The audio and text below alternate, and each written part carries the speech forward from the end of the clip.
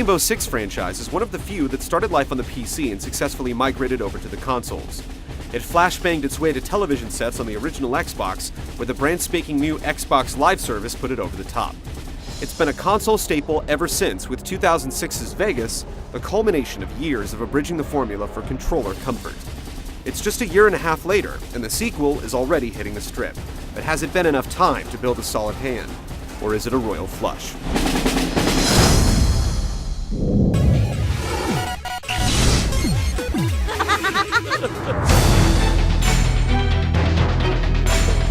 The first trip to Vegas told a chilling tale of the ultimate mancation destination crumbling into a cloud of dust.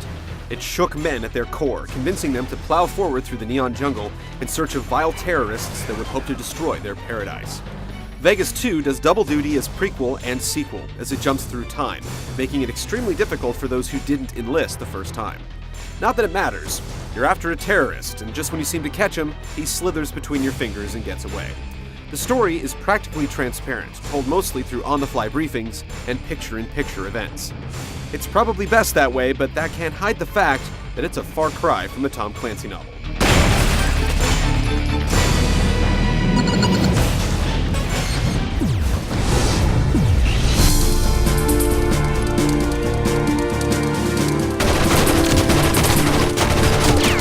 Rainbow built its name on multiplayer gameplay, and the first Vegas did its legacy proud. The sequel doesn't disappoint. You can play with 4 friends through 12 different maps in Terrorist Hunt, setting just about every conceivable parameter to make it as challenging as you want it to be. Adversarial options are solid, though fairly traditional. The typical deathmatch and team deathmatch clashes will always be fun when one burst of machine gun fire forces a respawn. And you get some more strategic modes as well.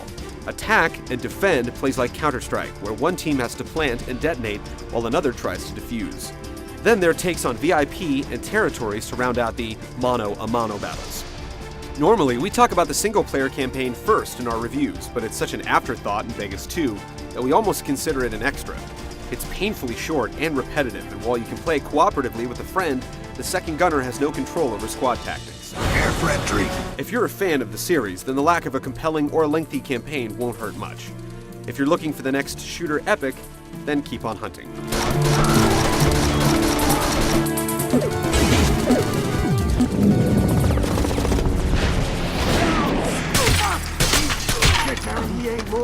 The first thing that should be mentioned is that Rainbow Six Vegas 2 is built to reward the player. Everything you do in every mode you play gives you experience points. These points then unlock new gear and weapons for use both online and off. While it doesn't quite reach Call of Duty 4 levels, it makes sure that you never feel like you've wasted your time. The campaign is all about leading a 3-man team through networks of office buildings, casinos, and convention centers, clearing them room by room until you reach a waypoint, at which point another waypoint is presented and the process repeats itself.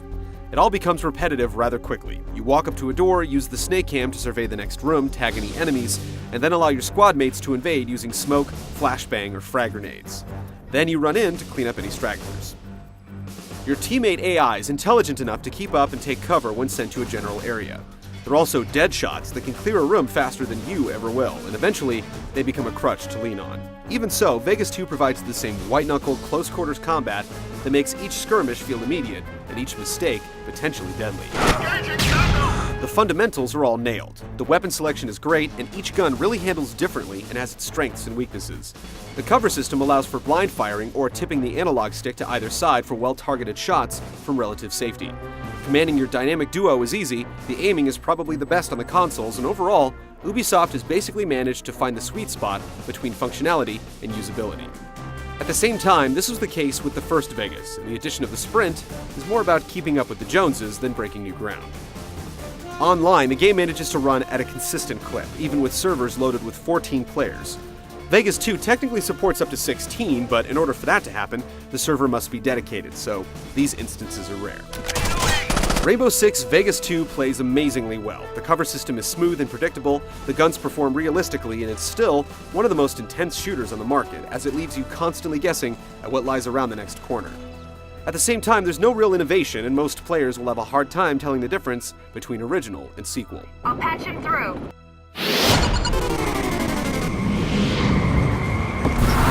If they were, we'd be... When the original Vegas was released, it was absolutely stunning. Bathed in the neon of the Strip, it has a very distinctive look, and shootouts inside casinos don't hurt its appeal either. The sequel takes you away from the action to desolate signage graveyards where Sin City's failures go to die, and through abandoned convention halls rife with blatant in-game advertising. The stellar character models only make the drab environments all the more obvious, and Vegas 2 stands as a testament to how quickly standards can change in the HD era. It's not an average-looking game by anyone's estimation, but it's not on the bleeding edge either.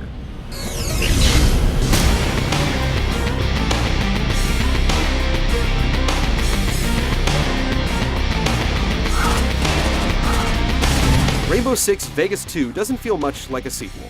The limited development time has allowed for a few improvements in a truncated, forgettable campaign. The good news is that the formula is so strong that it remains a compelling play. Tossing a smoke grenade, turning on your thermal visor, and mowing down enemies dumb enough to charge recklessly through the haze just never gets old. It still enables the minute-by-minute survival instinct that keeps online servers flooded, but those without an online option will feel a disconnect from Rainbow Nation.